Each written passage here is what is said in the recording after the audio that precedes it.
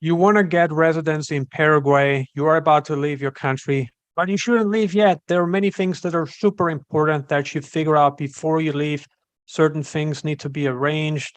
And we wanted to talk in this video about what these things are. And I have Jesse with me on the call again. So we're going to be discussing this together. I'm going to take the lead here today. And I wanted to talk with you about certain things you have to prepare before your trip to Paraguay. Let's say you made up your mind, you find the idea of living in Paraguay very exciting. Maybe it's because of the tax benefits. Perhaps you have interest in living in a different region. You want to explore a different part of the world. You have friends there. Maybe you have a girlfriend, a boyfriend, wife, husband. No idea what the reasons are for the move. But you want to get tax residency and, first of all, residency in Paraguay. How do you do it? There's a very important concept called preparation. Before you go to Paraguay, it is essential that you prepare all documents that you need to submit, that you have to submit when you get there. I've seen people go to countries unprepared, not knowing what they needed to get done before applying for residency in that country, and it cost them a lot of money.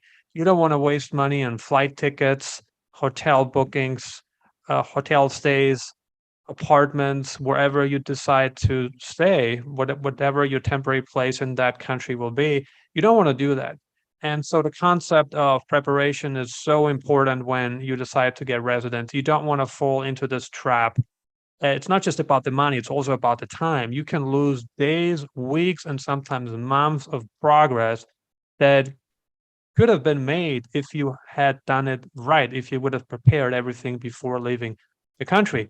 Now, if you want to get residence in Paraguay, what's important to note is there are certain documents that need to be apostilled by the local authorities in your country. And you have to get that done before you leave. Like, you can have the money, you can have the time, you can have the hotel booking, the flight. But if you don't have these documents done before you leave, and you get to Paraguay, you find yourself in a situation where you might have to fly back home to get these documents done, and you don't want that. You don't want to waste that time. You don't want to waste that money.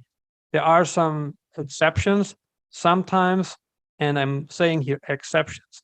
Some consulates will allow you to say, get these documents done while you're in Paraguay. But we cannot discuss each country individually here. It would take forever.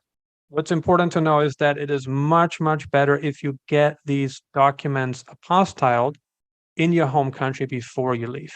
Another thing to note is that the documents are only valid for a certain amount of time, unless there is an issuance date on it, or I'm sorry, unless there is an expiration date on the document. Okay, let's say the document was issued on January 1st, 2023.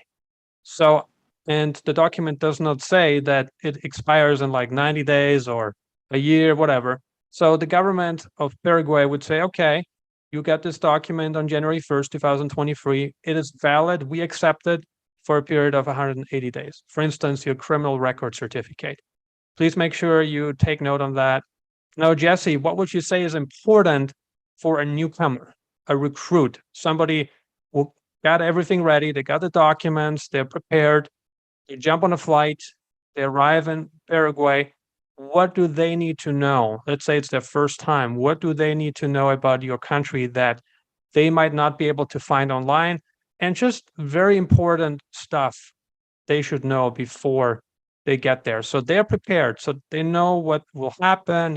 Yeah, okay, understand, Gerald. And I think that many people, newcomers, like you mentioned, they come here and they are already professional travelers. They are professional tourists, but not all of them are like that, so professional or so used to travel, or they even never visited any country of South America, so they are pretty new with everything, not knowing any word in Spanish, for example. And in these cases, I always recommend to Google and get informed a lot before your travel. For example, which applications you will use the most here. For example, here we don't use a lot of Uber. We have another platforms, for example, for mobilization.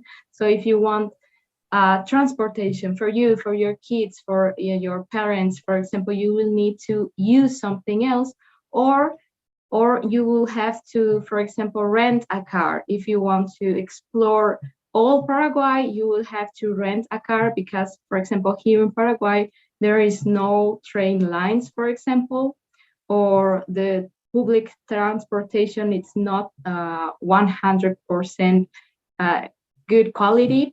So, for example, most people use this the alternative to Uber, which is more cheaper, for example. But there are a lot of other applications, for example, for getting food or getting your things from the supermarket. So it's pretty easy to be informed with social media. But of course, people here in Paraguay, they are super kind and super open with the newcomers.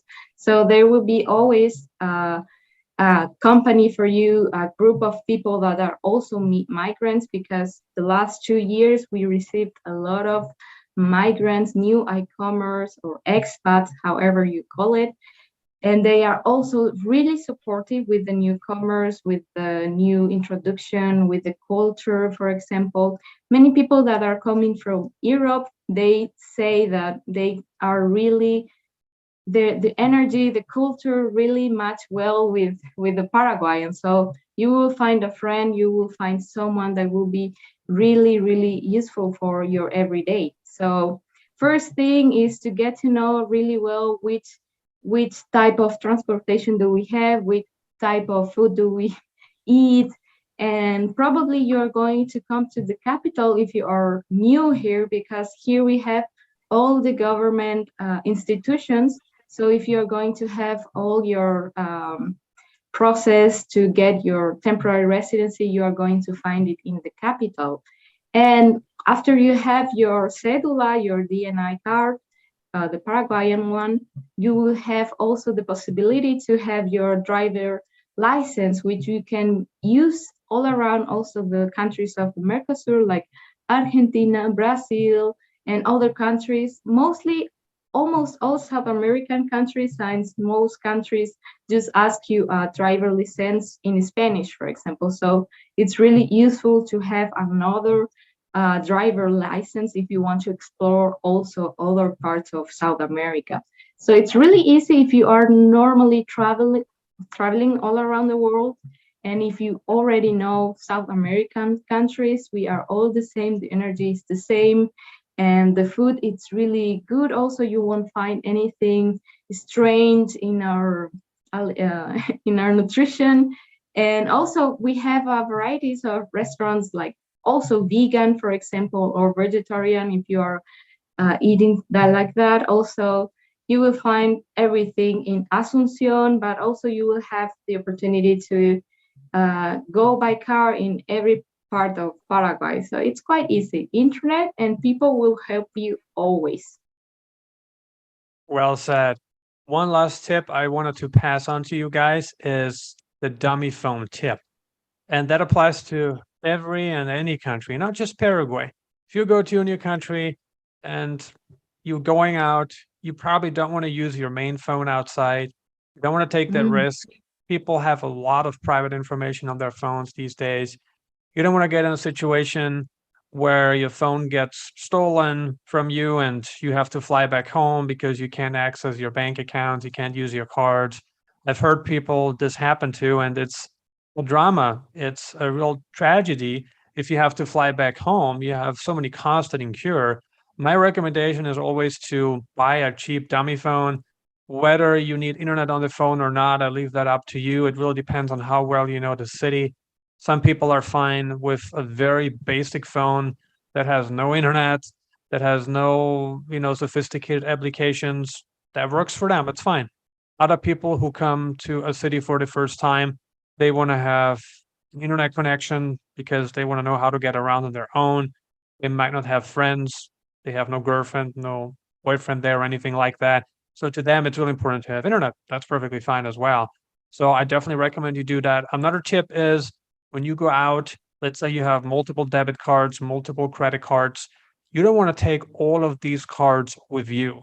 You don't want to take that risk either. Take a little bit of cash with you and maybe one credit card. Let's say you have 2 or 3 credit cards, maybe walk around with one. Don't take all your cards with you. Again, if you do get robbed, then you're not in big trouble. You're still in trouble because you have to replace one card, but replacing one card is a lot better than replacing 5 cards. Subscribe now and turn on alerts to never miss any of my future nomadism, dating, and business advice videos. Thank you for watching.